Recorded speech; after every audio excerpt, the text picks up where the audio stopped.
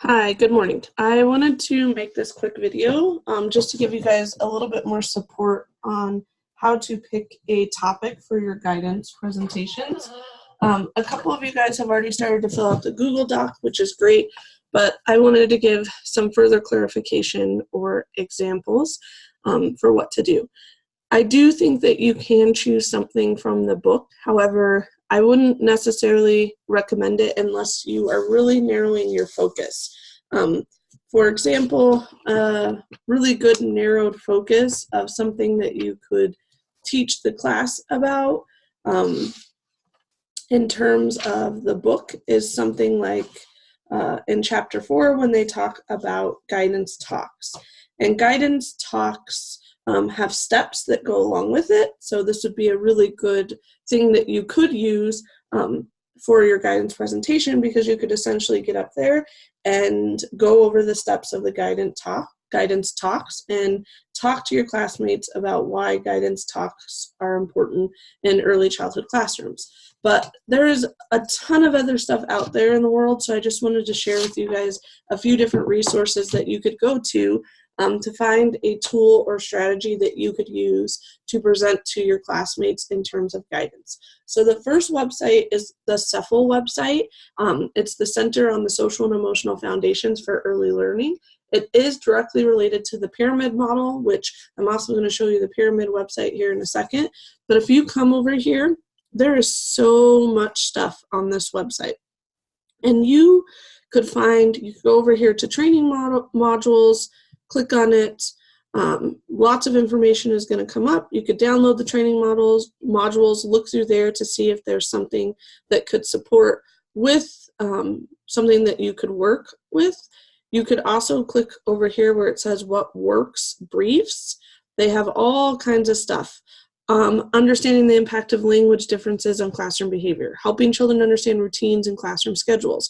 So you could theoretically say, we're going to talk about the importance of routines and classroom schedules, which is something from the book. You could download this PDF and use it as a template in supporting you in your guidance presentation. And it may even give you an activity to do with the class, but it will give you all kinds of information on what you could do in terms of supporting children with challenging behavior. This website right here is it's related to the CEFL website, but it also has information on things that you could do to support to find a topic for your guidance presentations.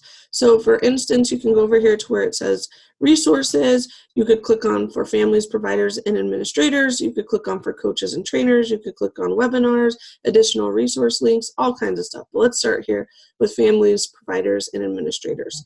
So this is just giving you more additional information, like here's Early Childhood Colorado. These are the backpack series connections from the TAXI website. So you could click on this one, for example, and it'll take you, no, that did not work. I wonder if that website has changed. So let's try social emotional tips for families and toddlers. Let's go ahead and click on that. So this is coming up with the whole entire pamphlet on how you could support children. So you could do something like this, although I probably wouldn't necessarily pick dressing, but you could do, I'm going to talk to you guys about tips to support mealtime in terms of challenging behavior. And you can go over the steps of things that you could do and explain them to your classmates on how to support mealtime or playtime. Any of these things would work. Additionally, I just went onto Pinterest and I really just typed in ideas for supporting challenging behavior in the classroom. And you could pick something from here too. Like here's something on using visuals in the classroom, which we'll talk about at some point this semester. And that is something that you could easily present on. Looks like it's talking about responding to escalating behavior. There's some behavior data tracking sheets that might help you. There's rules for trauma-sensitive classrooms. There's some information about creating a behavior intervention plan, which we are going to talk about a positive behavior support plan in our classroom. There's a whole thing on building classroom community, which is extremely important. There's a Preventing Challenging Behavior webinar. There's a whole bunch of stuff out there that you could use to potentially support behaviors in the classroom. This one right here seems really great too, a calm down kit. So how can you teach children how to calm down and keep that somewhere in your classroom? Yeah, there's a bunch of stuff on Pinterest, and I think it's really just important that you guys Google and find some resources outside of outside of the text, essentially. So I wanted to create this quick little video so that I could give you some additional information.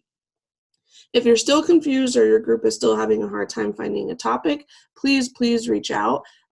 You could also just try Googling, strategies to support children with challenging behavior in early childhood classrooms and see what comes up.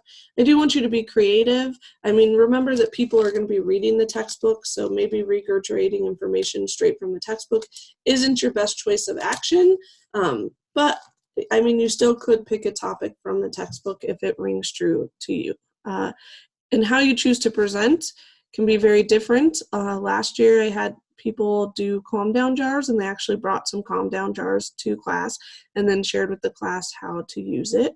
You could create a social story, which we haven't really talked about yet, but if you Google social stories in early childhood classrooms, you'll find a ton of information. I talked to one group about potentially videoing an example of a circle time that is developmentally appropriate and that could support with challenging behavior.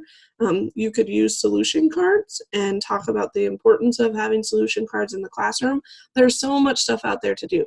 Think about something that would support you in your teaching practice and work from there. Again, reach out if you have any questions at all. And I'll be looking forward to approving topics in the next coming weeks. Thanks.